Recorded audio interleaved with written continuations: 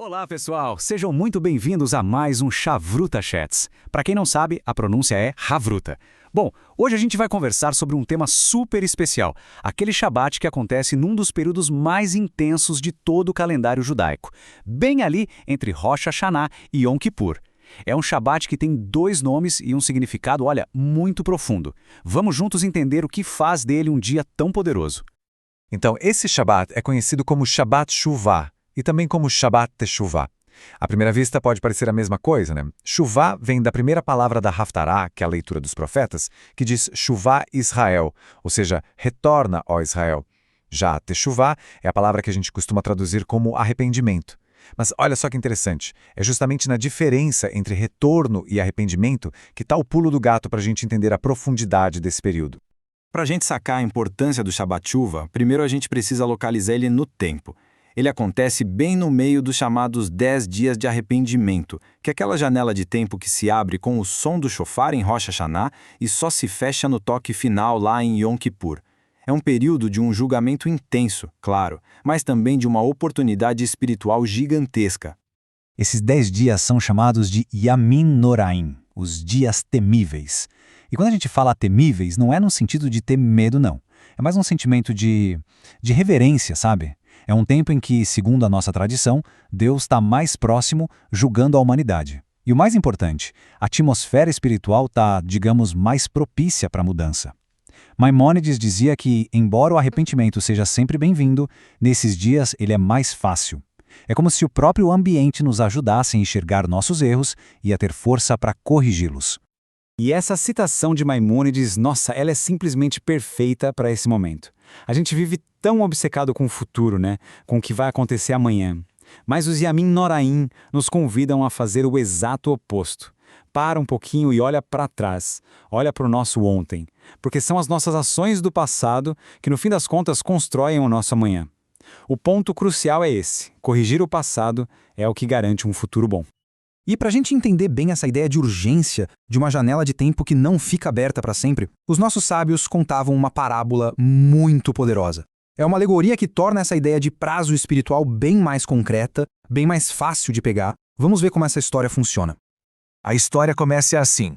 Imagina um turista passeando por uma floresta espetacular, completamente hipnotizado pela beleza ao redor. Ele está numa trilha ecológica, maravilhado com cada folha, cada som, cada detalhe.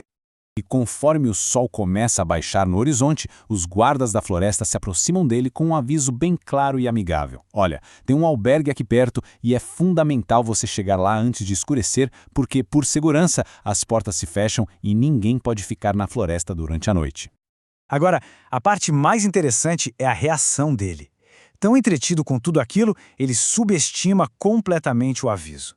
Ele pensa, que nada. Ainda tem tempo, só mais aquela trilha ali e rapidinho já vou. Ele acredita que tem todo o controle do tempo. E claro, o que acontece?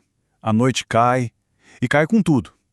A escuridão toma conta, ele se perde completamente. O que era um passeio maravilhoso se transforma em puro desespero. Depois de horas vagando sem rumo, ele finalmente avista o albergue e corre para a porta, batendo com toda a urgência.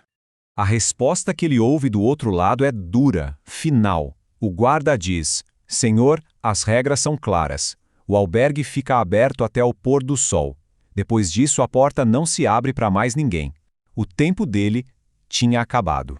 E essa alegoria toda ilustra perfeitamente a mensagem dos Yamin Noraim.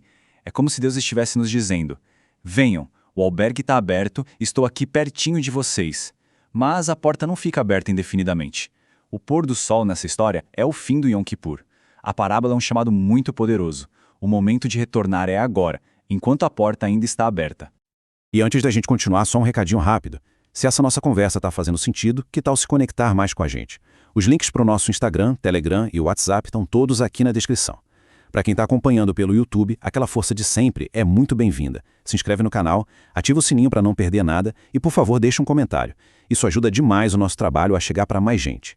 E claro, se puder, compartilhe esse conteúdo nos seus grupos e com quem você acha que vai curtir. A gente agradece muito o apoio. Bom, vamos voltar para a nossa análise. Ok, vamos em frente, porque a coisa fica ainda mais profunda. A gente falou da urgência, mas agora vamos voltar para aquela diferença entre arrependimento e retorno. A palavra hebraica teshuvah vem da raiz lashuv, que significa, literalmente, voltar.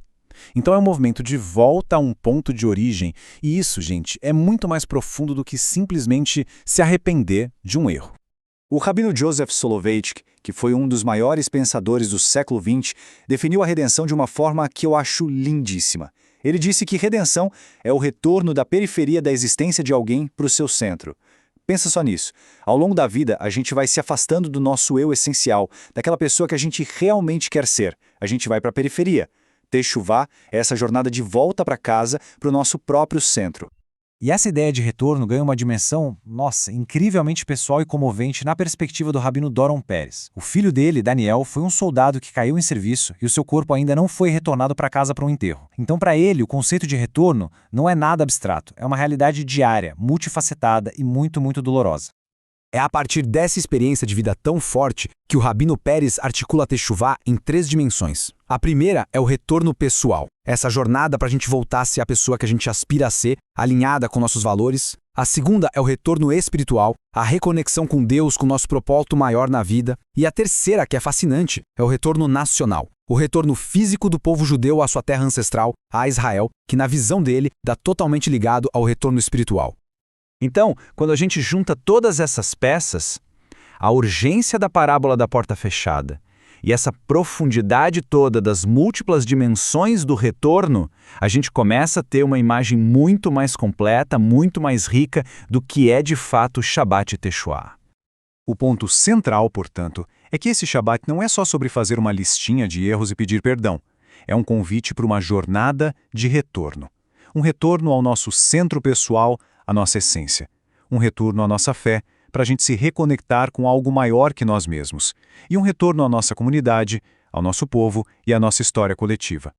E para fechar, fica aqui uma provocação para a gente pensar.